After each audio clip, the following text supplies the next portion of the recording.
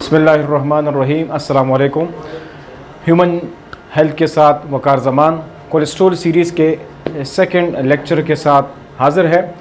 पहले लेक्चर में हमने कोलेस्ट्रॉल का इंट्रोडक्शन पढ़ा था, उसकी कौन कौन से अहम फंक्शंस हैं, हमारे जिस्म में कितनी मिकदार में पैदा होता है।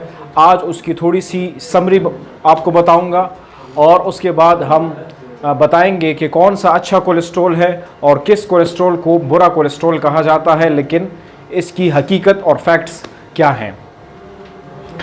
HDL and LDL normally medical terminologies में और अभी तक मेडिकल लिटरेचर में हमें ये मालूमात दी गई कि HDL यानी हाई डेंसिटी लिपोप्रोटीन, इसको गुड कोलेस्ट्रॉल यानी अच्छा कोलेस्ट्रॉल कहा जाता है। सेहत के लिए इसको सेहतमंद माना जाता है, जबकि LDL लो डेंसिटी लिपोप्रोटीन, इसको बैड कोलेस्ट्रॉल कंसिडर कहा जाता है। लेकिन हकीकत में ये दोनों ही अच्छे कोलेस्ट्रॉल है। सिर्फ LDL की एक ख़ास किस्म जो है वो हमारी शरीयानों को नुकसान पहुंचाता है और दिल के अमराज बनने का सबब बनता है। कोलेस्ट्रॉल के बारे में मैंने आपको पहले लेक्चर में बताया था कि हमारा जिस्म जो है रोज़ाना 3000 मिलीग्राम कोलेस्ट्रॉल ख़ुद बनाता है।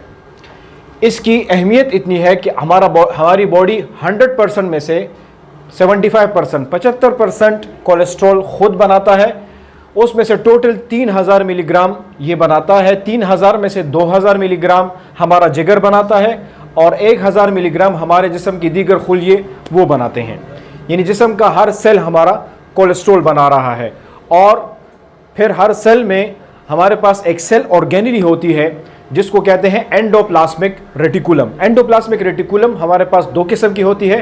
एक को कहते हैं रफ एंडोप्लाज्मिक रेटिकुलम जो हमारे सेल के लिए प्रोटीन बनाता है, और एक होती है स्मूथ एंडोप्लाज्मिक रेटिकुलम जो हमारे जिस्म के लिए लिपिड्स बनाता है, चर्बी बनाता है, और ये बाद में जाके गोल्जी बॉडीज जो है उसको पैकिंग करते हैं और उसके ऊपर लेबर लगा के उसको पोस्ट ऑफिस की तरह उसको भेजते हैं जहाँ पर उसकी ज़रूरत होती है।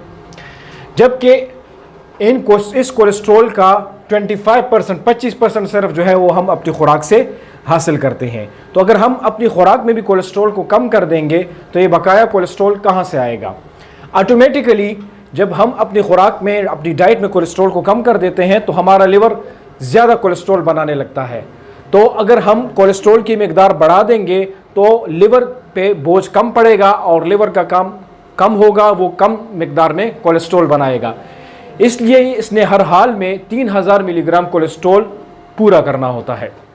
इसलिए अगर हम अपने डाइट में कोलेस्ट्रॉल कम कर देंगे तो उसका कोई फ़ायदा नहीं होगा। बजाय इसके हम बहुत सी इसकी जो अच्छी मुफीद काम होते हैं जो हमारे जिस्म में सरअंजाम देते हैं, हम उससे महरूम हो जाएंगे।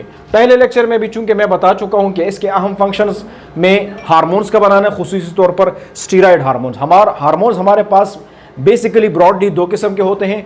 एक वो जो पेप्टाइड से बने होते हैं यानी प्रोटीन से, और एक वो होते हैं जो कोलेस्ट्रॉल से बने होते हैं। तो हमारे जिस्म में ज़्यादातर जो सेक्स हार्मोन्स हैं, मेल एंड फीमेल, मेल में टेस्टोस्टेरोन हार्मोन, फीमेल में ईस्ट्रोजन, प्रोजेस्टेरोन हार्मोन और इसी तरह कोर्टिसोल, ये हार्मोन जो है ये ज़्यादातर कौन बनाता है, ये कोलेस्ट्रॉल बनाता है। इसके साथ साथ बहुत ही अहम विटामिन जिसकी आज हमारे मुआशरे में 95% लोगों में कमी है, विटामिन डी जिसको कहते हैं, तो वो भी कोलेस्ट्रॉल ही बनाता है। Cholesterol act as precursor for the vitamin D जो हमारी इम्यूनिटी को बूस्ट करता है, जिसको हम सनशाइन विटामिन कहते हैं, ठीक है। और ये कैंसर के खिलाफ प्रिवेंशन में भी बहुत ज़्यादा मुफीद है। इसके अलावा बाइल एसिड्स या बाइल साल्ट्स जो हमारा लिवर बनाता है और उसके बाद ये स्टोरेज के लिए सप्लाई कर देता है गॉल ब्लैडर को, जिसको पित्ता कहते हैं। वहाँ पे ये बाइल जो है ये वहाँ पे स्टोर होता है, और जब हम अपनी खुराक में फैट्स या चर्बी वाली चीज़ें लेते हैं तो उसको डाइजेस्ट करने के लिए, इसी तरह हमारी खुराक में जो फैट सॉल्युबल विटामिन्स है उसको एक्सट्रैक्ट करने के लिए बाइल की बहुत ज़्यादा ज़रूरत पड़ती है।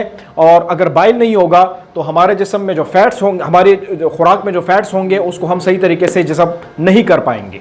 इसके साथ साथ सेल मेम्ब्रेन, हमारा जिस्म ट्रिलियंस ऑफ सेल्स से बना है, खुलियों से बना है, और इन खुलियों की सेल मेम्ब्रेन की एक चार दीवारी होती है जिसको कहते हैं सेल मेम्ब्रेन। ये सेल मेम्ब्रेन भी बेसिकली कोलेस्ट्रॉल से बना होता है जिसको लिपिड बाइलेयर मेम्ब्रेन कहते हैं।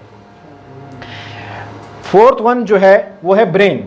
ब्रेन जो है मैं जैसे आपको बता चुका हूं कि हमारा ब्रेन भी जो है मेनली लिपिड से बना होता है और ये हमारी मेमोरी में बहुत अहम किरदार अदा करता है। हमारी जो याददाश्त होती है खुसूसी तौर पर शॉर्ट टर्म लॉन्ग टर्म, ये दोनों जो है रिस्पॉन्सिबल होती है किसकी वजह से? कोलेस्ट्रॉल की वजह से।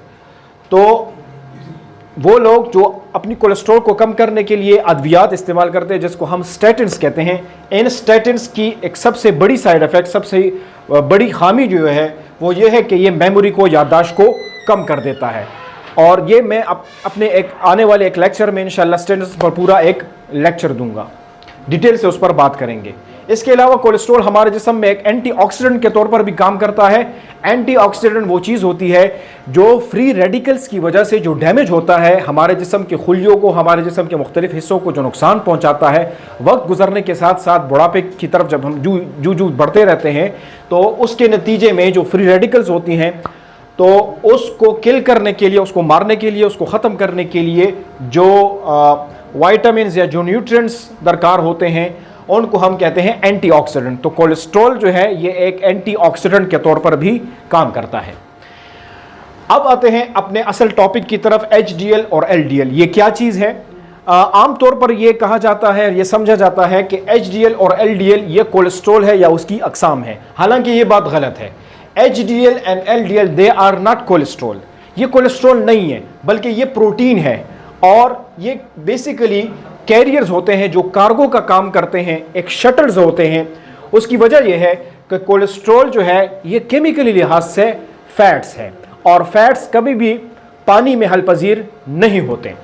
जिस तरह के केमिस्ट्री का एक रूल है कि लाइक डिजॉल्व्स लाइक, केमिस्ट्री के स्टूडेंट्स जानते हैं कि ऑयल, फैट्स ये पानी में हल पजीर नहीं होते बल्कि ये फैट्स में ही हल पजीर होते हैं। तो चूंकि हमारे ब्लड जो है वो भी ज़्यादातर पानी से बना हुआ है और हमारे जिस्म में जो फ्लूइड है वो भी ज़्यादातर पानी ही है, इस वजह से कोलेस्ट्रॉल जो है चूंकि फैट्स हैं तो ये उसमें हलपजीर नहीं होंगे, ये ट्रैवल नहीं कर सकेंगे, एक जगह से दूसरी जगह जहाँ पे उसकी ज़रूरत होगी वहाँ पे नहीं पहुँच पाएंगे। उसके लिए हमें एक ऐसे शटल की, ऐसे कैरियर की, कार्गो की ज़रूरत पड़ेगी जो ख़ुद तो हलपजीर हो लेकिन कोलेस्ट्रॉल को वो सेफली, आसानी के साथ अपने मंजिल मकसूद तक पहुंचा दे। इस तस्वीर में, इस पिक्चर में मैंने बहुत वाज़ेह तौर पर बता दिया है कि ये बेसिकली एक बस, कार्गो, गाड़ी के तौर पर काम करते हैं एचडीएल और एलडीएल। दोनों में बेसिक फ़र्क क्या है? जैसे कि मैं बता चुका हूं कि लिवर जो है हमारा जिगर वो कोलेस्ट्रॉल बनाता है रोज़ाना 2000 मिलीग्राम। अब इसमें से जो प्रोटीन इस कोलेस्ट्रॉल को उठा के हमारे वेसल्स की तरफ, हमारे टिश्यूज़ की तरफ, हमारे जिस्म के मुख्तलिफ आज़ा की तरफ पहुंचाता है जहां पर इसने ये काम सर अंजाम देने होते हैं, तो ये एक गाड़ी की शक्ल में इसको पहुंचाता है वेसल्स की तरफ, टिश्यू की तरफ जहां पे उसकी ज़रूरत पड़ेगी। इस गाड़ी को या इस कार्गो को हम क्या कहते हैं? इसको कहते हैं एलडीएल, जो लिवर में से, जिगर में से निकल रहा है और मुख्तलिफ टिश्यू की तरफ कोलेस्ट्रॉल को पहुंचा रहा है। इसके बरक्स जब हमारे वेसल्स में, टिश्यू में, इन सेल्स में कोलेस्ट्रॉल जो बच जाएगा और एक्सेस अमाउंट में होगा, उसको वापस जो गाड़ी लिवर की तरफ पहुंचाएगी उस गाड़ी को हम एचडीएल कहेंगे। इस वजह से जो बात बहुत ज़्यादा मशहूर है कि एलडीएल बुरा कोलेस्ट्रॉल है क्योंकि ये हमारी शरियानों की तरफ, हमारी ब्लड वेसल्स की तरफ, टिश्यू की तरफ कोलेस्ट्रॉल पहुंचाता है, इसलिए इसको बुरा कोलेस्ट्रॉल कहा जाता है। और चूंकि एचडीएल एक्सेस जो इजाफी मकदार में जो कोलेस्ट्रॉल बच जाएगा उसको दोबारा रिसाइकल करने के लिए या उसको एलिमिनेट यानी हमारे जिस्म से निकालने के लिए दोबारा जिगर की तरफ लेके जाएगा, तो इसलिए इसको कहते हैं एचडीएल, अच्छा कोलेस्ट्रॉल। आते हैं कि why LDL considered bad, LDL को बुरा क्यों कहा जाता है, उसकी क्या वजह है? बेसिकली एलडीएल की दो अकसाम है, एक को कहते हैं टाइप ए, दूसरे को कहते हैं type B. Type A cholesterol जो है ये बुरा कोलेस्ट्रॉल नहीं है बल्कि ये अच्छा कोलेस्ट्रॉल है। This is large buoyant type. Large, बड़ा, बोयंट वो चीज़ होती है जो आपकी सतह के ऊपर आती है, उसको बोयंट कहते हैं। और ये कहाँ से आता है? हाई फैट डाइट, हमारी खुराक में जिसमें चर्बी होती है, जिस तरह अंडे, जिस तरह गोश्त, जिस तरह मक्खन, जिसमें फैट्स का कंटेंट ज़्यादा होता है, उसमें यह एलडीएल टाइप 1 पाया जाता है। It does not clog the arteries, ये हमारी शरियानों के अंदर जो है क्लॉट फॉर्मेशन नहीं करता, वहाँ पे खून को जमाता नहीं है, खून की रवानी को रोकता नहीं है और हमारे दिल के अमराज का सबब नहीं बनता। और दिस इज B9, ये हार्मलेस है, इसका कोई नुकसान नहीं है, दिस इज गुड वन, ये अच्छा LDL है। अब LDL की दूसरी किस्म जो कि मशहूर है कि ये नुकसान पहुंचाता है और हमारी आर्टरीज में, शरियानों में ये क्लॉट बनाता है, this is the small dense, ये छोटा होता है, डेंस, वजनी होता है। हाई कार्ब डाइट, ये कहां से आता है? हमारी खुराक में मौजूद जो कार्बोहाइड्रेट है, जिस तरह चीनी है, मैदा है, आलू है, जिन खुराकों में कार्बोहाइड्रेट पाया जाता है वहां से ये आता है।